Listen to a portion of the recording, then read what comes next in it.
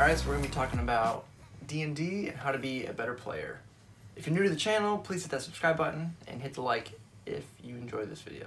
There are a lot of ways you can help yourself out, and more importantly, help your DM out in being a better player. Things like just before your turn gets there, have a good idea what you're going to do. It seems like a simple concept in principle, as the DM shakes his head with a lot of sternness and there's a death stare in the eyes. There can be some things that can happen that may change what you're going to do a little bit. Now, granted, if you're in a long boss fight kind of thing, and then somebody is all of a sudden dead, then yeah, you might change your turn to kind of go get them back up kind of thing. But I've got some different things that I can do, and if I say, okay, nobody's really hurting health wise, okay, I'm gonna do this. Okay, cool. And if nothing really crazy happens before then, I'm ready to go. It's like, okay, I want to move over here toward this guy or toward this space, so we're not clumped up. That's the #1 rule of being an idiot. D&D, if there's a caster out there, do not group up. Just don't do it, because otherwise you will eat a fireball or something much worse, and it's going to be bad. Combat can really drag sometimes, so if anything that you can do to help speed up combat is going to make it easier, and also try to actually stay engaged. You don't just, when you take your turn and then you just grab your phone or something, just staying in the game as much as possible, stay engaged, see what other people are doing, see what's happening. Even if you're just making comments and stuff in combat to try to keep people engaged. Say you make your attack or whatever and you kind of yell something out to someone else, don't use slashing damage against the black pudding because it'll split. Spoiler alert! If you say something while you're taking a turn to the other players and stuff, it kind of helps keep them engaged as well. Sure. But again, what's really frustrating is when the whole turn and everything has been going on, and then it comes to you, and you sit there for 5 minutes not knowing what to do, and you're like, I'll just cast Guiding Bolt. It's really take you 5 minutes to figure that out? Yeah. It's just, if you know what you're doing, keep it moving along. When it comes to being a caster, early levels, you've only got so many spells you can do. And you've only got so many spell slots to spend, so it doesn't get that complicated. You get into past level 10 all up, the second half of your level, and you get a whole lot of spells you can have access to, a whole lot of possible things you can do in your turn. It's near impossible to know every effect and every bit of information about all of the spells you have, what the range is, what the components are, is it VS, is it SM, VSM, all that stuff, and does it require serious money value components? Are there gems involved, stuff like that? Knowing that for all of your spells when you get to higher levels is near impossible. But if you don't know off the top of your head, have the information readily available. I mean, I'm talking about not have the player's handbook notes. If you got to file through there. There are multiple apps out there. I've got 3 or 4 different ones on a tablet and on my phone as well, where I have got saved all the spells I have access to. It's basically like my spell book. And I literally can go through there and select the spells that I want to prepare, and they're prepared right there for me, so I can scroll right down. Okay, level 4 spell, banishment. Boom. Click it, and it's got all the details listed in the player's handbook directly in the app. So if I don't know off the top of my head, because it's really hard to fit all the details of all your spells on the player's on your player sheet and whatnot, it's all right there in the app, so I can get to it in less than 30 seconds. That way I know everything's there, it's easy to access, and it helps, like I said, not bog combat down. If you're paying attention in combat, and I'm going to cast this, I think this spell will work, look it up during someone else's turn, so don't be wasting your whole time, wasting everyone else's time trying to look up something when you could have been looking up during other people's turns. Just be prepared, know what you're doing. And with spells too, if you can understand the majority of how your spells work, at least what the abilities or saves and stuff are, it helps a lot, because with you not being able to know all of your spells, imagine the DM trying to keep track of 5 different people and all their spell options that they have, because as a DM, some DMs, they want to know what their characters have. I don't really know what my characters are preparing, so I'm not going to sit there and memorize every single spell in the spell book. I know a decent amount of what they are and their ranges and their saves for the most part, but I need, to have some reminders here and there of what some of the things are, and it helps if the players understand what their own spells do. Helps a lot. Yeah. Another thing, too, that I think is important is understanding all the options that you have. And that goes along with spells, but there's also some actions and things that you can do. For example, a lot of times people forget that you can actually take the dodge action. You don't have to attack every turn, you don't want to. Or dash every turn. Yeah. You can dodge. You can move half your... You can help. You can move. Yeah, you can help. Which I don't think you guys have ever used that action. Once. I did it once. Yeah, but you don't see the help one too often. No, the help and the dodge are hardly ever taken. Yeah. disengage is rarely taken by people other than rogues. Yeah. Because they have to use a full action. That kind of feels really bad when you have to use a whole action to just try to get away from something. Unless you're just really trying to get the out. But you do have the option. People will forget that. Of course, the other thing to keep in mind, don't blow all your spells in the combat.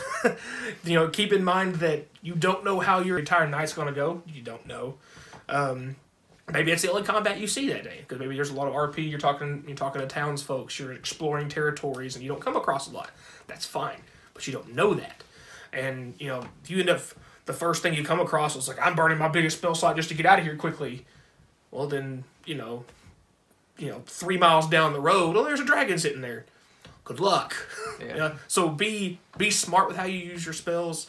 That's kind of the way I've kind of adopted it, is to, unless I don't see any other way out of this without maybe everybody dying or coming very close to it. I may burn, if we fight 3 skeletons, I may throw a guiding bolt in there just to pop something. Or if they're a bunch of little stuff grouped together, I may throw a level 2 spell that's got try some AoE damage, try to cluster kill one of those. But I'm not going to burn. Out of combat. Right. Save people's health for spells like cure wounds and stuff later on. So maybe burn a higher level spell to save 3 spell slots later on, healing people or something.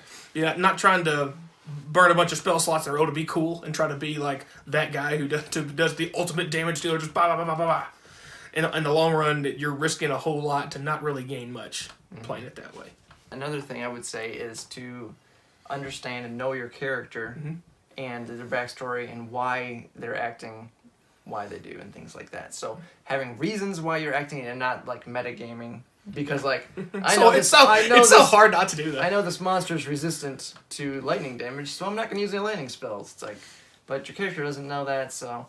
And that's one thing too, is as a DM trick here, you can change the type of the monster to something else. If you know your players know certain, like the monster manual really well, then you can just say like, this is a, different type of that monster. Maybe change the resistance. It's a different color, so therefore its resistance is different. So another thing too that I would say with knowing your characters and everything is knowing the other players' characters. Yeah. This is something that you can always do better of, do more of. Some groups are obviously going to have more RP and stuff than others will. So this is more relevant in the higher RP groups, but just between activities and things, just have conversations from character to character. And if you do watch Critical Role, one of the best people that does this is Vax, who's played by Liam O'Brien. He, between every short rest and stuff, the DM will always ask, all right, is there anything you guys want to do before you go to bed? Or whatever. Yeah. And then Vax, every time, almost always, you set your clock I'm going to go walk over and talk to, Percy or Keyleth. Or Scanlan. Go talk to somebody, knock on their door and talk to somebody. And it's having those RP moments between... And you can even do that when you're traveling, and this kind of came up a little bit in our campaign the last few sessions ago. They came across this NPC who, was helping guide them, and he kind of brought up to me, he's like, what do you guys know about each other? You're risking your life for each other, but you know nothing about each other kind of thing. So it's like, you're, as a party, for it to make sense, it's like you're all going across the world and doing different things depending on how serious your campaign is, risking your life for certain reasons, so you should at least have a general idea of who you're risking your life with and for. Fair point. So it's helpful to understand other characters and why they act certain ways or do certain things. Yeah. And I think the last thing that I would say is to know your group as well. Not just in game but out of game as well. Because one thing I do a lot is we have kind of a text group between our groups, so I'll kind of text them stuff recaps of last sessions and things like that, or if they have questions about the game or rules and things, I'll message people individually and stuff, and even talk to each other. Well, I talk to all the players individually about their backstories and stuff because I like to flesh out. They'll give me a small piece of their backstory and then I'll flesh it out, and then we're getting to the point in the campaign where people are going to start running into their own personal backstories in game and learn things about themselves and their own backstory. And I think that's something that's really good. It draws in each player individually and it kind of puts them in the spotlight, and it's really fun as a player, I think, to have, this is my story. Yeah. So there's higher stakes for everything, and just understanding that. Yeah. And if you're in that scenario, if you've got a group of 6 people playing, which is a bigger number, which is fine, whatever you may have in your group playing, when that time comes to you, and it's really your story arc, you've got, be willing to take the lead. Even if you're a more quiet person, more laid back person, like obviously this is related to you. It's your backstory. These are your these are your NPCs from that you've written in. This is your brother you haven't seen in 10 years, or this is your mother that you left home to begin, became an adventurer, that kind of thing. And step into, when that spotlight's put on you, you can't just, recluse back in the corner saying, I'm not really feeling it. Be willing to step up and lead. Maybe become the party leader for that short time, even if your character isn't maybe primarily the party leader, because it's just not the way you are as a person. It's not the way your character is. But if you get to the plot point where you're really the character driving the plot that's going on, step up and help lead the party in the direction, because it's about you, really, at that point in time. I think, those are some of the major things Sure. that I would say. Just a quick recap of the things. Know things. Know what you're doing. The things. Know what you're doing before time. Be aware of what's going on around you. In combat, in game, just in general, be aware of what's going on. Don't be, tuning out until it's your turn again. Stay engaged. Yeah, stay engaged, because it'll keep everything moving along, and it'll also make everything, higher stakes. You're more invested in the story, everything like that. Second thing, know your class, know your abilities, know your spells, how they work, and understand how they work, when to use them, things like that. Third thing, know your character and the characters around you. So know your character, know your players' characters. Know your group. Exactly. And then last, know your group, your friends, whoever you're playing with.